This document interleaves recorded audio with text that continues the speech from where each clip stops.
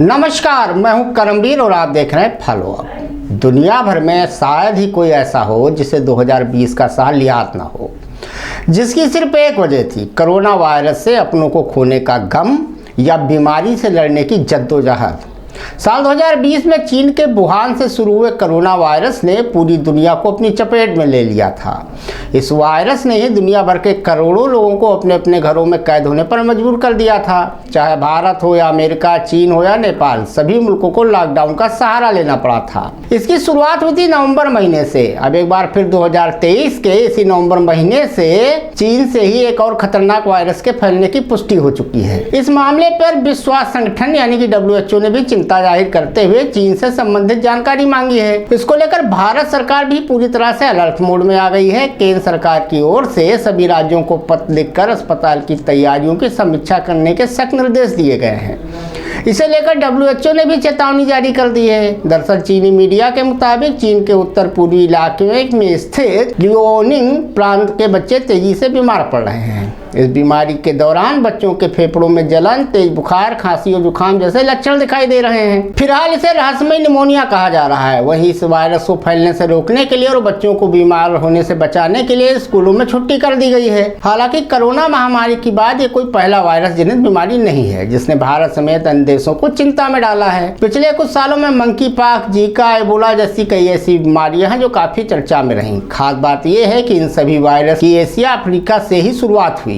ऐसे में इस रिपोर्ट में जानते हैं कि इस रहस्यमय निमोनिया से कैसे बचा जा सकता है और पिछले कुछ सालों में एशिया अफ्रीका से ही वायरस जनित बीमारियां क्यों पनप रही हैं। पहले जिक्र करते हैं चीन के इस रहस्यमय निमोनिया के बारे में। रहस्यमय निमोनिया दरअसल यह वायरस चीन में तेजी से बच्चों को अपना शिकार बना रहा है। इस वायरस से संक्रमित होने पर बच्चों को फेफड़ों में दर्द और तेज बुखार जैसी परेशानी झेलनी पड़ती है। फेफड़े में दर्द होने की वजह से मरीज को सांस लेने में भी तकलीफ होती है।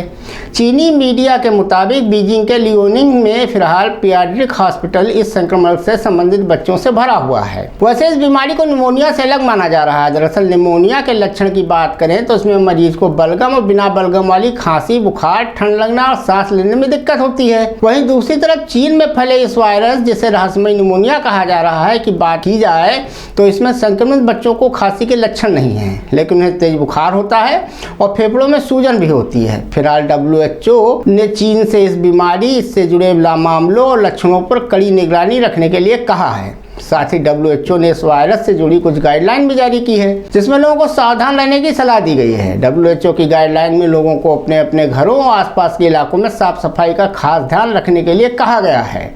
गाइडलाइन के मुताबिक शरीर में कोई भी लक्षण दिखने पर तुरंत डॉक्टर से संपर्क करने की बात कही गई है। इसके अलावा सोशल डिस्टेंसिंग और मास्क का इस्तेमाल करने के लिए भी कहा गया है। ऐसे सवाल ये भी उठता है कि क्या ये वायरस भी कोरोना की तरह महामारी है। दरअसल विश्व स्वास्थ्य संगठन की तरफ से अभी तक तो इसे रहस्यमय निमोनिया के महामारी घोषित नहीं किया गया है। वही सर्विलांस प्लेटफॉर्म प्रोमेड ने भी कहा है कि इसे फिलहाल महामारी कहना गलत होगा और जल्दबाजी भी। विश्व स्वास्थ्य संगठन ने भी फिलहाल इस बीमारी की जांच के लिए चीन में हाल फिलहाल में फैले सभी तरह के वायरस की लिस्ट मांगी है।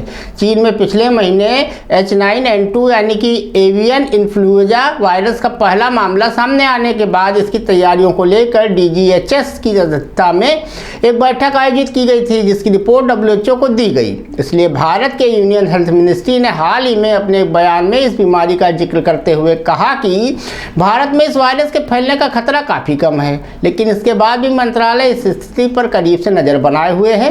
मंत्रालय के एक बयान के मुताबिक चीन से रिपोर्ट किए गए एवियन इन्फ्लुएंजा मामले के साथ साथ सांस संबंधी बीमारी के समूहों से भारत को कम जोखिम है। इस रिपोर्ट में यह भी कहा गया है कि भारत चीन में फैले इस खतरनाक वायरस से उत्पन्न होने वाली किसी भी आपात स्थिति के लिए तैयार है। अब आपको बताते हैं कि आखिर कहां पाए जाते हैं सबसे ज्यादा वायरस जनित खतरनाक बीमारियां। विश्व स्वास्थ्य संगठन की डिजीज आउटब्रेक न्यूज के मुताबिक साल 2021 के जनवरी महीने से साल 2022 तक वायरस जनित बीमारियों के मरीज एशियाई या अफ्रीकी देशों में सामने आए हैं। डिजीज आउटब्रेक न्यूज WHO की एक संगठन है जो वैश्विक स्तर पर पहचाने जाने वाले और अज्ञात रोगों के मामले सामने लाने का काम करती है। इसी रिपोर्ट के मुताबिक साल 2001 से लेकर साल 2011 की तुलना में साल साल 2012 से लेकर साल 2022 के बीच अफ्रीका से जूनोटिक बीमारियों के 63% का इजाफा देखा गया है।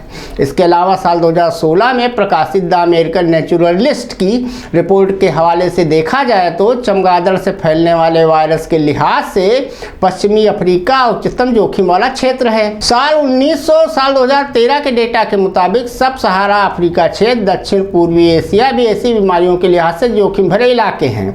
ऐसे में सवाल ये भी उठता है कि आखिर इसी क्षेत्र में ज़्यादातर वायरस क्यों मिलते हैं। इसका एक सबसे बड़ा कारण है इन महाद्वीपों में जनसंख्या घनत्व। ज़्यादा जनसंख्या होने के कारण यहाँ के लोगों के जानवरों के संपर्क में आने की संभावनाएं बढ़ जाती हैं। ऐसे में बीमारियों के फैलने का खतरा कहीं ज़्यादा बढ़ जाता है। वर्तमान में एशिया और पैसिफिक इलाकों में दुनिया के लगभग 60% लोग रहते हैं। आबादी बढ़ने के कारण इंसान और जानवर सीधे संपर्क में आने लगे हैं। इन जंगली जानवरों में कई ऐसे खतरनाक वायरस होते हैं जिसके बारे में अब तक पता नहीं लगाया जा सका है। उदाहरण के तौर पर चमगादड़ को ही ले लीजिए। इस छोटे से जानवर की 100 से ज़्यादा किस्में किसी भी समय मिल जाएंगी। एक से दूसरे तक होते हुए ये वायरस इंसानों तक पहुंच जाते हैं। अब कुल मिलाकर ये समझा जा सकता है कि जो वायरस धीरे धीरे चाइना से शुरू होते हैं वो देश दुनिया भर में फैलते हैं और इसके कहीं ना कहीं घातक परिणाम होते हैं। हालांकि भारत सरकार की गाइडलाइन और भारत सरकार की जारी रिपोर्ट के मुताबिक अभी इस वायरस से भारत को नहीं खतरा है, लेकिन भविष्य में हो सकता है। इसलिए आप सतर्क रहें, आसपास साफ सफाई रखें। धन्यवाद।